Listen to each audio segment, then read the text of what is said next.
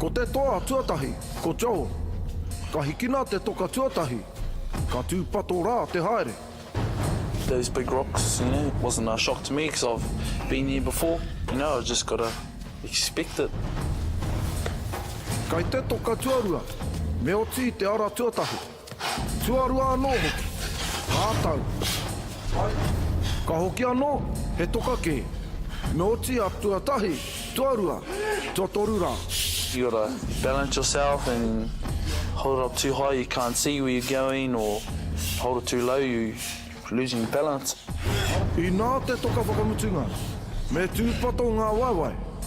Kai pā ki te rākau, ki te pā atu, me tīmata anō taua wāhanga. The last pakiaka paporonuku, that's where you gotta dig deep, and that's when the true Toa comes out, I guess. I nā te uaua, te taumaha, ka ea te mahi. I felt good coming out of the challenge, just knowing that I did my best every time, that's all I can do. Ka pai tēnei whainga nui a Joe. Ka ra mai ko tira karere, ka whai haere ko te ara tuatahi. Ka tahi ka ua haere. I nā hoki te nui o ngā toka nei. I've done it before with my tutors, but with the old rock, that's a bit of a twist. Kai tēnā ara, kai tēnā, he ara tapu ai, wero I ngā toa. Coming in here to look at the challenge, at first I had it all in my mind how I was going to approach it. My plan of attack was do well and go faster than the ones that I'm confident with.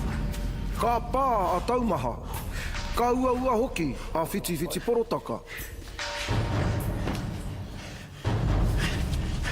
Ko tahi toka anō.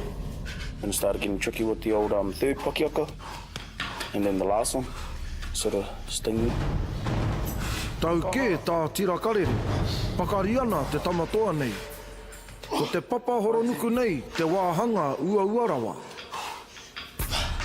I started believing in myself to go hard in the challenges. Today, for myself, I done pretty well. Whea kino nei ngā mahi, kua wheru. Ko ke mara te toa rama I rā. Ka tiki atu I te toka nui rawa. Engari, me tūpato tonu āna waiwai. My first reaction was wasn't too bad. The second time we come through for the challenge, it was a real dramatic change, and what the rocks look like, much bigger, much heavier, a real mongrel. Horo ana ngā waiwai o ke mara, ka tau te toka tuarua. My strategy was to try and get the biggest ones out of the way first. But once that big one was out of the way, the rocks started getting a bit lighter. Ka pai tā kēmara, ko tahi anō kai te toi. Ka hoki ki te tiki I te toka whakamutunga, ka whāia anō tia ngā ramanuka katoa. The last one was still a mongrel, although it was light, it was the actual movement itself was quite tricky too. Horo kau ana papahoronuku, ka ea. Doing what you can do at your best is all you can really do. Ka pai tēnei whai I a Whitiwhiti Porotaka. Mai e te kāhui o ngā toa. Ko Whitiwhiti Porotaka, e whāngā toka, e whāngā aramanuka. Ko Edmund, te toa whai ake. Kia whakahara. Tūkoa! Ka tomo kia te ara tuatahi. Mutu kau ana, ka tukuna te toka ki raro.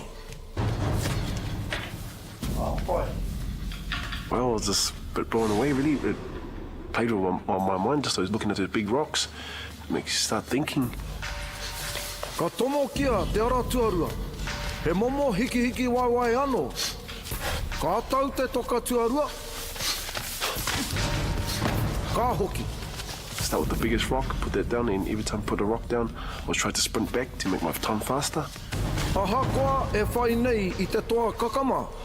Me tū pato tonu ngā waiwai. Kai pā ki ngā rarākau, ka tīmata anō.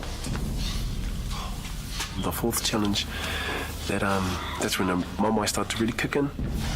Legs started getting really sore and the rock starts getting heavier.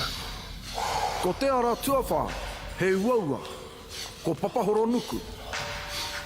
Tau ana te toka tuawha ki te papa, ka ia rā te mahi. The boys saying it was really hard, all a big challenge for all the boys. Ka pai tēnei whai I a Whitiwhiti Porotaka. Ko oena te toa whai ake. Ka tomo kia te ara tuatahi. Tau ana te toka ki te papa. I like that challenge, Whitiwhiti Porotaka. It's nice, especially with the toka, it's a nice balancing, nice strength and nice speed, especially when you drop the thing, you got to sprint back, so it's a lot of fitness and stamina involved. I like that challenge. Wero noa, ko ngā pūkenga maha a ngā toa. Fitness is a big key in it, a bit strength too to hold up the toka, but also balance. Me whai anō I ngā ara kua o tike. Ka tae ki te pito whakamutunga, ko papa horonuku.